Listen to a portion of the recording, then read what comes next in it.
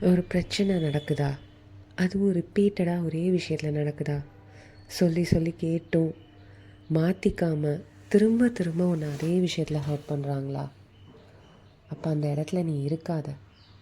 அங்கேருந்து நடந்து போயிடு, விலகி போயிடு, ஓடி போயிடு.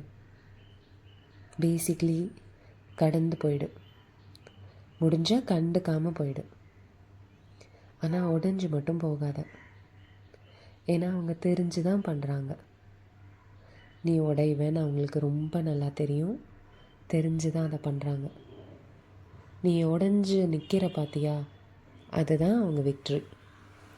நம்மளும் கொஞ்சம் செல்ஃபிஷாக இருப்போமே. நம்ம ஏன் அந்த விக்ட்ரி அவங்களுக்கு கொடுக்கணும்? அவங்க ஏன் அதை பார்த்து சந்தோஷப்படணும்? யோசிச்சு பாரு.